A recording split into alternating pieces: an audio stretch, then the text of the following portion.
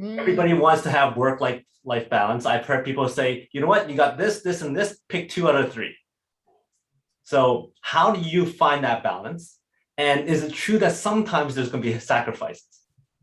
Oh, there's always going to be sacrifices for sure. Yeah. Balance can seem like a swear word or like a unicorn. What I see it as, everyone has their own perfect balance that works for them. That's why we can never compare ourselves to others, because we don't know what other people are dealing with.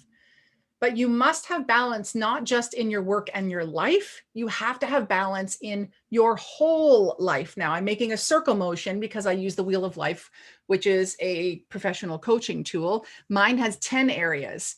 And so that blew my mind when I first saw that I was like, oh my gosh, work is only one of the 10 areas. And so if people really want to balance their lives, they got to look at all 10 areas and then prioritize them, so that when life gets a little bit crazy, like when my dad was in palliative care, I'll tell you, many things didn't matter anymore. And I call this the glass and the rubber balls.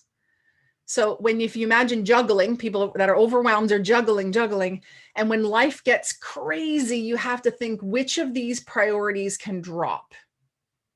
So, okay, it's busy. I think maybe my house doesn't have to be as clean. So that one bounces and it goes. And as much as I love my husband, maybe we don't need our date night this week. So I let that bounce. And, oh, my kids are struggling at school. That's glass. I have to keep that going up. My health isn't so good. That's glass. I have to keep it going up. And we can then decide what to let bounce. But the trouble is, when people get into stress and lack of balance, what they try to do is keep everything up in the air, keep everything going. And you just can't physically do that. So I call it maintenance mode. When life gets crazy, how do you go into maintenance mode? You got to figure that out. And it's different every time.